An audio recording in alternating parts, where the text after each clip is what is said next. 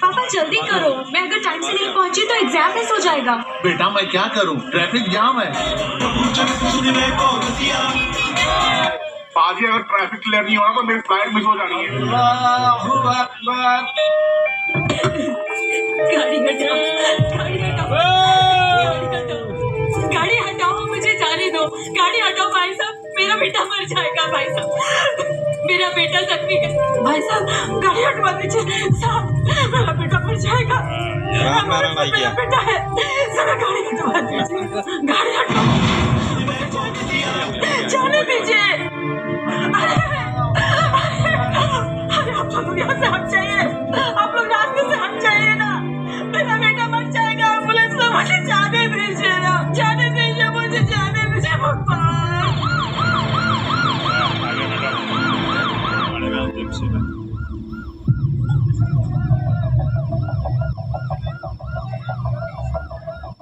एक मिनट, गाड़ी रोको। ये सब क्या हो रहा है? सर ट्रैफिक में एम्बुलेंस फंसी है। गाड़ी भी चलो।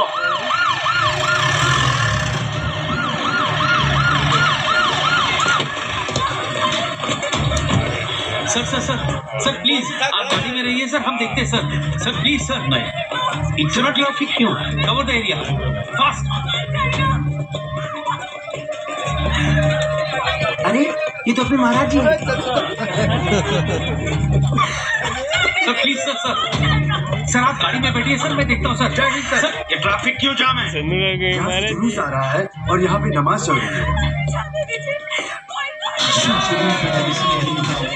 मेरा बेटा जख्मी है, मेरे बेटे की जान चली जाएगी, जाने दीजिए ना, सब हटिए ना, जाने दीजिए ना मुझे, मेरा बेटा मर जाएगा।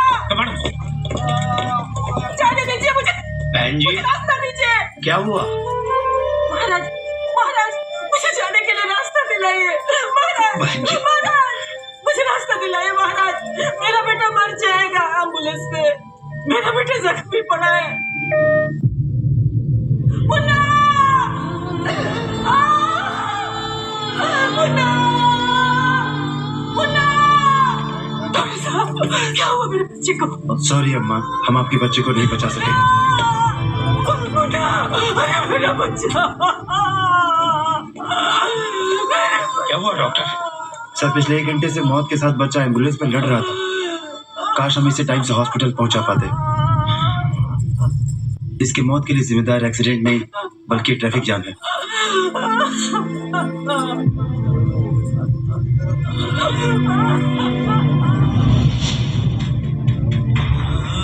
सर पिछले 1 घंटे से मौत के साथ बच्चा एम्बुलेंस में लड़ रहा था। काश हम इसे टाइम से हॉस्पिटल पहुंचा पाते। इसकी मौत के लिए जिम्मेदार एक्सीडेंट नहीं बल्कि ट्रैफिक जाम है। महोदय, कल का दिन मेरे लिए अत्यंत पीड़ादायक रहा। मैं रास्ते से जा रहा था और देखा एम्बुलेंस में एक बच्चा मौत से जूझ रहा था और ट्रैफिक के कारण वो एम्बुलेंस वहां से टस से मस नहीं हो पा रही। अस्पताल पहुंचने से पूर्व ही उस बच्चे ने अपना दम तोड़ दिया और दुर्भाग्यवश इसका कारण था ट्रैफिक। और महोदय ट्रैफिक इसलिए था क्योंकि रास्ते के दोनों ओर धार्मिक अनुष्ठान चल रहा था। एक और हमारे ही हिंदू भाई पौष पूर्णिमा का उत्सव मना रहे थे, तो दूसरी ओर हमारे मुसलमान भाई पूरे रास्ते पर नमाज अदा कर रहे थे। और इसलिए हमारी सरकार ने किसी भी सार्वजनिक स्थल पर धार्मिक या निजी कार्यक्रमों पर पाबंदी लाने का निर्णय ले लिया है। देखिए, हमारी सरकार या मैं या हमारी पार्टी कोई भी किसी भी धार्मिक मान्यता के खिलाफ नहीं है। हमारा मकसद सिर्फ और सिर्फ आम जनमानस को होने वाली दिनचर्या की तकलीफों से निजात दिलाना है। और इसलिए प्रशासन रास्ते पर किसी को भी नमाज अदा करने नहीं देगी और ना ही जुलूस निकालने देगी और ना ही किसी को पंडाल बांधने देगी। और हाँ, लाउड स्पीकर पर आजान या फिर आरती भी करने नहीं देगी। सर, भारत एक बहुत बड़ा मुल्क है। यहाँ ये ऐसे छोटे मोटे हादसे होते रहते हैं। इसका मतलब ये तो नहीं कि हम अपनी बरसों से चली आ रही परंपराओं को खत्म करते हैं। ये बच्चा यदि आपके घर से होता तब भी आप ऐसा ही कह दे, ये एक छोटा मोटा हादसा है। सर, ये मौका जज्बाती होने का नहीं है। यहाँ हर फैसला सोच समझ कर लेना चाहिए। सीएम साहब शायद भूल गए हैं कि हम एक आजाद मुल्क के बाशिंदे हैं और हमारा संविधान हमारे रिलीजन को प्रैक्टिस करने की पूरी आजादी देता है। यही तो आपको समझाने की कोशिश कर रहा हूं तब से। देखिए, हमारी आजादी उसी वक्त खत्म हो जाती है जब हम दूसरों की आजादी में खलल पहुंचाते हैं। आपको आपकी धार्मिक मान्यताओं की पूर्ति के लिए कोई नहीं रोक रहा है, लेकिन इतना भी याद रहना चाहिए कि हम जब हमारा धार्मिक अनुष्ठान करते हैं तो किसी को तकलीफ न पहुंचे, इस मर्यादा का भी ध्यान रखना चाहिए। और हाँ, और एक बात, बाबा साहब आम्बेडकर के संविधान की कदर नहीं एक इंच इधर नहीं एक इंच उधर।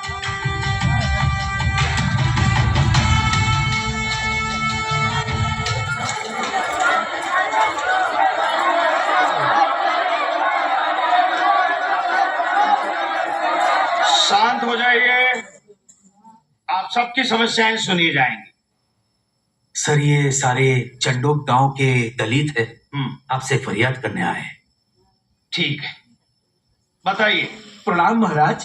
प्रणाम, क्या समस्या है आपकी? हमारे गांव वालों की जमीन विधायक महोदय ने हड़प ली है। कौन से विधायक? रामधीर तिवारी ने महाराज। रामधीर? सर, साहब, वो वहाँ पे बियर की फैक्ट्री लगा रहा है और हमें कह रहा है तुम सबको वहाँ पे काम पे लगा देंगे। हमको काम नहीं चाहिए, हमको हमारी जमीन चाहिए। ठीक। सर, ये रामधीर तिवारी ने वहाँ जोर जबरदस्ती से बियर फैक्ट्री लगवाई है। पिछले सरकार में भी इन लोगों ने कंप्लेन की थी, पर रामधीर जोशी सरकार का आदमी था, इसलिए कोई कार्रवाई नहीं हुई उसके खिलाफ। साहब, हम अनपढ़ हैं लेकिन मूर्ख नहीं, हमें अपनी जमीन चाहिए। उमा शंकर जी, सर। प्रदेश के सारे कलेक्टरों को मीटिंग के लिए बुलवाइए। सर, आज से हम प्रदेश में भू माफिया टास्क फोर्स का गठन कर रहे हैं। इस टास्क फोर्स की जिम्मेदारी रहेगी जितनी भी जमीनें ये भू माफिया लोगों ने छल और बल से कब्जा की हुई है, चाहे वो जमीन सरकारी हो या निजी जमीन, उन जमीनों को आइडेंटिफाई करना और सरकार की संज्ञान में लाना। और एक बात, ये अवैध रूप से कब्जा की हुई जमीनों पर जितना भी अवैध कंस्ट्रक्शन है वो सारा का सारा कंस्ट्रक्शन ध्वस्त कर दिया जाए तुरंत। ठीक है सर, सारे भू माफियाओं को हम लोग लीगल नोटिस भिजवाएंगे। वो लीगल नोटिस वोटिस दूसरे राज्यों में भेजते होंगे। हमारे प्रदेश में पहले न्याय प्रक्रिया होगी, औपचारिकता बाद में देखी जाएगी। No discussion, only action. किस प्रकार का एक्शन सर? ये जितने भी भू माफियाओं ने अवैध रूप से कब्जा की हुई जमीनों पर अवैध कंस्ट्रक्शन किया हुआ है, वो सारा का सारा ध्वस्त कर दीजिए एक ही दिन में। बट सर, एक दिन में स्ट्रक्चर डेमोलिश करना कैसे पॉसिबल है? बुलडोजर